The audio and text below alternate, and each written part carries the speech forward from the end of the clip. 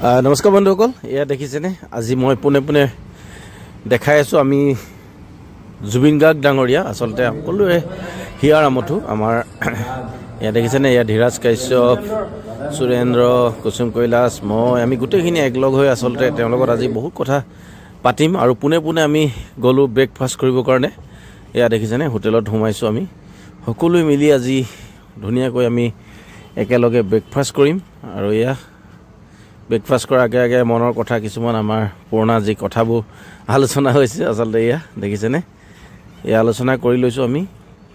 আচলতে পোনপ্ৰথম কথাটো হ'ল আমাৰ সোণাৰু কাঞ্চন কৃষ্ণচূড়া যি মহোৎসৱ আহি আছে 2025 18, 19, 20, 21, 22 জানুৱাৰী তাৰিখে তাৰে আমি নিমন্ত্ৰণ দিবৰ কাৰণে আমি জুবিন গাৰ্গ ডাঙৰীয়াক লগ কৰিলোঁ আৰু লগতে আমাৰ বহুত কথা পুৰণা স্মৃতি আমি আচলতে 2004 চনতে কেনেকৈ ধৰণে গৈ পিনি আমি জুবিন দাৰ লগত গৈ গান কৰিছিলোঁ সেই কথাবোৰ আচলতে বহুত স্মৃতি ৰোমন্থন কৰিলোঁ, ভাল লাগিলে, পুৰণা কথাবোৰ মনত পেলালোঁ, খুব হাঁহিলোঁ, খুব ফূৰ্তি কৰিলোঁ।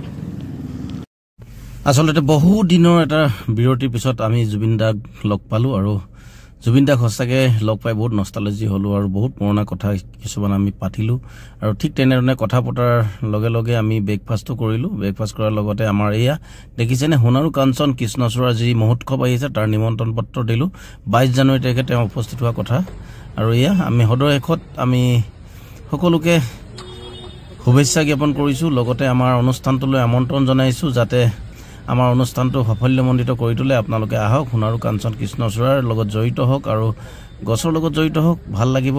আৰু ইয়াকে ক'লোঁ সদয়কত আজিলৈ ভিডিঅ'টো ইমানতে সামৰণি মাৰিছোঁ। ধন্যবাদ পুনৰবাৰ কৰিছোঁ। আকৌ আপোনালোক সকলোলৈ আগন্তুক নৱবৰ্ষৰ শুভেচ্ছা জ্ঞাপন কৰিলোঁ, লগতে আমাৰ সোণাৰু কাঞ্চন কৃষ্ণচূড়াৰ তৰফৰ পৰা শুভেচ্ছা জ্ঞাপন কৰিলোঁ।